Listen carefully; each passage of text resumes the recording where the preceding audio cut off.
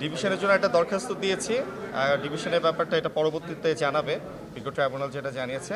এখন আজকের যে জাজমেন্টটা বিজ্ঞ ট্রাইব্যুনাল সার্কামস্ট্যান্স বা যাবতীয় এভিডেন্স সব কিছুর উপর ভিত্তি করেই কিন্তু দিয়েছে। কারণ আইনের একটা ম্যাক্সিম আছে যে প্রয়োজনে 100 অপরাধী আপনার হচ্ছে খালাস পাক, কিন্তু একজন নিরপরাধ যাতে সাজা না পায়। এখন এই ম্যাক্সিমটা কিন্তু একটা বিবেচনার বিষয়, এবং ইন্টারন্যাশনাল ক্রাইম ট্রাইব্যুনাল কিন্তু আন্তর্জাতিক আইনগুলোকে অনুসরণ করে। কারণ পৃথিবীর আপনি যদি যান নুরেমবার্গ ট্রায়াল বা টোকিও ট্রায়াল, ওখানে উচ্চ পদস্থ যারা সরকারি যারা মিনিস্টার ছিল বা একদম টপ লেভেলের তাদের কিন্তু সাজা হয়েছিল। সেখানে কোনো মিড লেভেলের অফিসার বা সোলজারদের কোনো লেভেলের সাজা হয়নি।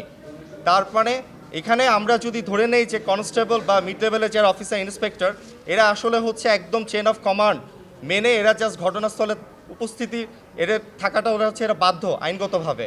কারণ আমাদের দেশের পেনাল কোড, সিআরপিসি এবং পিআরবি এগুলো হচ্ছে তাদের উপর প্রয়োগ।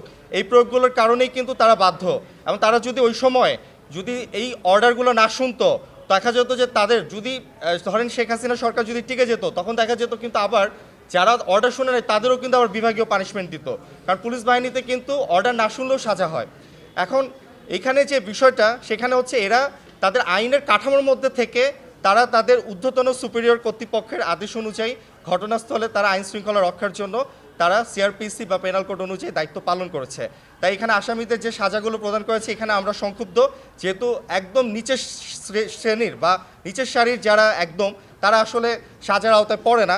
তারপরে আমরা যেহেতু সংক্ষুব্ধ, আমরা এই বিষয়ে অবশ্যই উচ্চ আদালতে আমরা আপিলে যাব।